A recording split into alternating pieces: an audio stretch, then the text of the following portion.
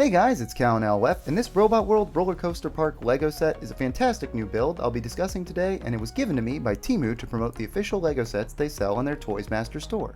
Their store has a limited but excellent selection of new LEGO Ninjago, Harry Potter, City, and LEGO Star Wars sets available with quick shipping and coupons that will save you money compared to buying directly from LEGO. You can find my discount link in the description to get a free $100 coupon bundle to save on future orders. Though please note, if you've used similar partner coupons before, it might not work. On to the review. As someone who grew up primarily with the Bionicle theme and a lot of LEGO's other original themes, I've not been the biggest fan of LEGO City generally. I've just not wanted to buy a lot of firefighter sets and a lot of those kind of things.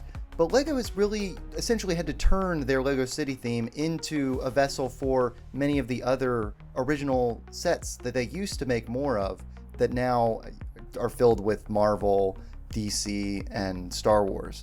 So I really enjoyed building this as kind of a revisiting of a few of those different themes, especially in the concept of this roller coaster set. The most obvious one being this Exoforce robot that's right here. I'm a big fan of the Exoforce series, and I really liked seeing that they were paying tribute to it, not just with stickers that you'll see here, but a full robot that's very posable and has a lot of the same gimmicks from back in the day at a smaller scale that works better in the context of this roller coaster set. To talk about this robot for a second, the original set this robot's based on is the Stealth Hunter, and it was piloted by a minifigure named Hikaru. And I will put him in for the sake of honoring fans who enjoy the original series. I do not have the full original Stealth Hunter, unfortunately, for comparison, but this one does do a pretty good job at nailing some of the most important elements. Specifically, these wings in the back are the exact pieces they used back in the day, with stickers that are pretty faithful to recreating the stickers from back in the day as well. This weapon is not quite as fun as the original. It had Knights Kingdom pieces back in the day. This uses kind of a new sword that may come from the Nexo Knight series. I'm not actually deeply familiar with the sword piece, but overall, it is still a fun gimmick. You could spin this weapon around, and the arms are very posable. It's got a gun arm that looks a bit like the original. One thing that was really bothering to me is the fact that they put these claw pieces to inhibit the leg movement. I understand that in the context of this set, it's supposed to kind of stand firmly, and they presumably did this so that kids would very easily be able to find the little holes at the bottom of the feet to plug him onto the set, and also to help these pieces not get worn out so quickly. But I think many kids will, like myself, end up just taking these pieces out so that the leg movement is uninhibited and it functions as a fun robot build. And yes, this was definitely one of my favorite parts of the set to create, and definitely one of the things that I'll be displaying and enjoying the most of as a fun tribute to LEGO Exoforce.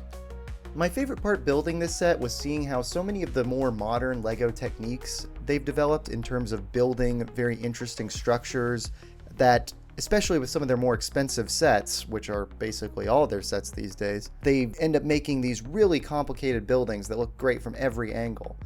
But this feels very much like classic LEGO in that it's not going to look perfect from every angle, but the angles that it has are so full of creativity and so full of different gimmicks that kids can play with and have the minifigs interact on, that you really are enjoying it as a toy, which is what it's primarily supposed to be. So many of these new LEGO sets feel like there's just mega collector's items with some incidental gimmicks for kids to play with here and there. The most obvious being the fact that this is a roller coaster, being able to just kind of move it up.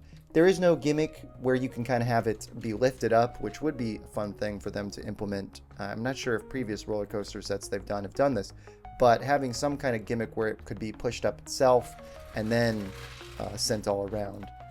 So in terms of, this is definitely the best angle to play with this set at, even though it's kind of the back angle and, in my personal opinion, not quite as glamorous as the front angle. This is the best way for you to really play with the function and be able to kind of lift it up manually and send it soaring down, and that loop is definitely the most fun part of the roller coaster function of the set. Overall, if that was the main thing that it had and it was just effectively did that with this nice structure, I would be pretty pleased with it as a set. But the fact that it's also serving as a kind of arcade setting with lots of details in there makes it especially fun to interact with and to have all your minifigures. There are a good number that come in this set that you can do any number of stories, be it if you were making a stop motion animation or if you're just kind of playing with them with the gimmicks in the set. The fun arcade setups in here are really, really neat aspects to play with. They have an arcade with sci-fi vehicles that remind me of the Tron Disney Lego theme. And this awesome arcade piece has a villain from one of the previous space themes all over the sides, which is really great. Of course, my favorite aspect of this are the Bionicle references. The stickers here indicate a player versus player game where Tahu Mata fights Galak, and it's really fun how they have the screens that also include stickers where you're seeing the first-person perspective of both Tahu and Galak as they will do battle, and you can just set the minifigs up holding the remote controls and presumably the trophies here in the middle for anyone who is going to win this little competition here. There's also a dance game that has some fun references as well. Other details I really enjoy are just like this remote control that's on a large scale. It's a really nice little build. It's pretty simple. Obviously the studs sticking out might not be people's perfect favorite, but overall I think it sits well here as the perfect emblem for the gamer theme of this really fun roller coaster park. They also have a DJ up here for the music that is presumably blasting all the time in this roller coaster park, and he can mix and so you can spin the little discs up there. It's a very fun little feature, and for our modern age they also have a drone who captures presumably photos based off this little translucent piece for the camera aspect. There's a really interesting sticker at the front that I enjoyed quite a bit that mimics how roller coasters will have their cameras that take pictures of you as you're on the ride. They're also built on here as well, which is really, really fun. And one of them seems to have a minifig looking right at the camera. And I would guess that might be from the drone. It would be really awkward if they jumped off of the roller coaster ride and into one of the cameras that are positioned here. I don't think that's necessarily the best message for children, but hey, Lego, you can do what you want. You're not directly responsible for your theme parks. That's Merlin Entertainment. This fun reference for anyone who did not know that Lego does not own Legoland directly. But let me discuss in detail the minifigures who come in this set.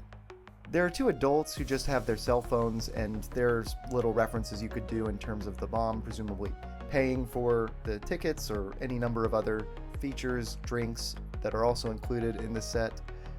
There's a woman who has a selfie stick, and that's kind of funny.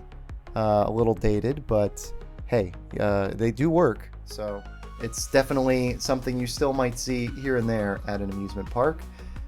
There's a long-haired individual who is pictured on the front of the set as the one guy who's ruining it for the kids and presumably taking the front seat. I know I always like to get the front seat of the roller coaster, so here he is doing the same thing. And there are two children minifigures included in the set as well. There's also a smoothie-obsessed guy who interestingly has an earpiece connected to him. It might be a hearing aid type thing or just special earbuds. So that's a pretty neat head that comes with a very odd torso. The DJ figure is definitely a reference to some of these strange outfit type characters who are DJs, some of these big people, kind of like, I think of Daft Punk. He's got a completely covered outfit with one of these weird digital robot faces, the gray hoodie with some pixels on it. It's a fun look.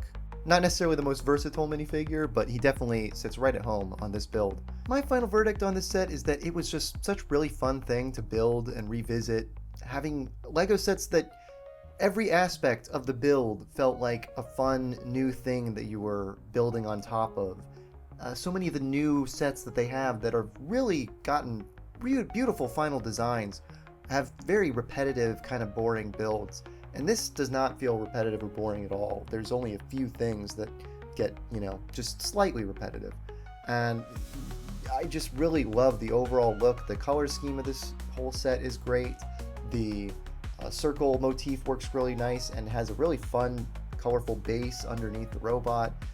I cannot recommend this set enough, to be honest. It feels like the perfect kind of Lego package that you want to give to adults and kids alike, in terms of having references to things that are really nostalgic to adults, and having a set that actually functions and plays well for kids. So many of these other newer sets, again, super complicated, super nice, not necessarily the best toys for a kid to play with. And while yes, I could definitely see most kids probably smashing this up and not necessarily treating it the best, it is quite big and bulky, which is definitely, not the easiest thing to store unless you have it on specific display for itself. I do think it's worthy of display, and I think it's really just a fantastic set and one of the better ones I've seen LEGO produce in the last few years. So I highly recommend it. I was able to use a coupon code online and get this order for $8 less than the LEGO price, so that was really cool. I highly recommend you try and do the same. And yeah, I do recommend this set quite a bit, and I really appreciate you guys sticking around and watching this extended review. So this is CallanLoF. I'll see you guys another time.